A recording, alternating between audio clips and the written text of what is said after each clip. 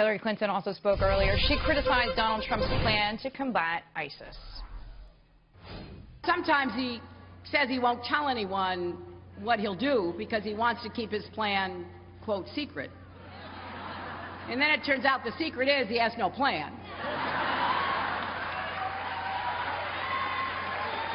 And that was very clear when he said, I know more about ISIS than the generals. No, Donald, you don't. With me now, Trump campaign senior advisor, Tana Goertz. Tana, welcome back. Glad to have you here. What do you make of Hillary Clinton's comments? How much of a disadvantage does she face? I mean, the Obama administration, as Donald Trump pointed out about an hour ago, has admitted that it has made big mistakes in Libya.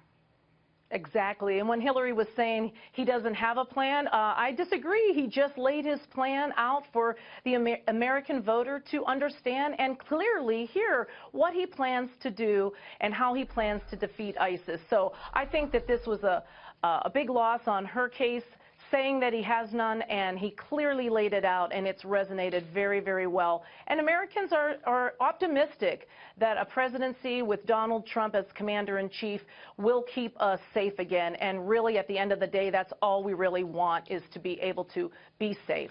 So, Tana, when Donald Trump was speaking in Youngstown, Ohio, I mean, he had a lot of applause. I mean, the crowd was very clearly with him. One moment, though, where you did have some of the people who were in the room a little bit on the quieter side, is that Donald Trump made a comment about bringing together nations that could be our allies, and he specifically included Russia and China. He had gotten applause for a lot of lines. That one, people were extra quiet.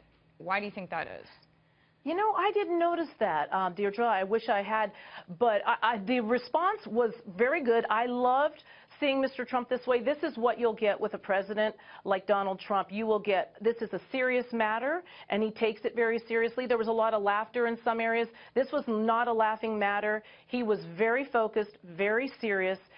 He is a leader. Most politicians run from these topics and these subjects. Mr. Trump is a man of action, and we needed to hear how desperate of a situation we're in. We needed to hear how unsafe our world is.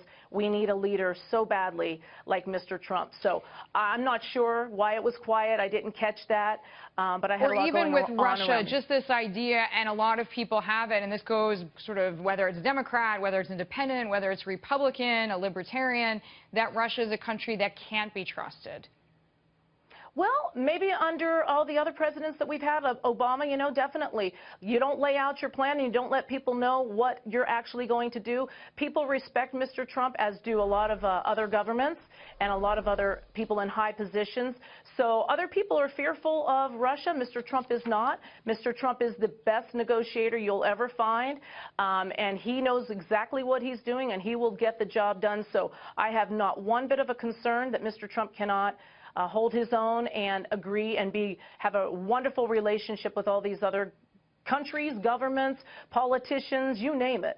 So, Tana, let me ask you about something that we are just getting now from our breaking news desk. So Fox is confirming that the State Department is granting conservative watchdog group Judicial Watch copies of all the recoverable emails that the FBI found during Hillary Clinton's investigation. So the FBI Director James Comey saying last month the agency found thousands of work-related emails from Clinton's server, ones that had not been deleted, but they also had not been turned over to the State Department. So it's not yet clear whether the emails will be released to the public.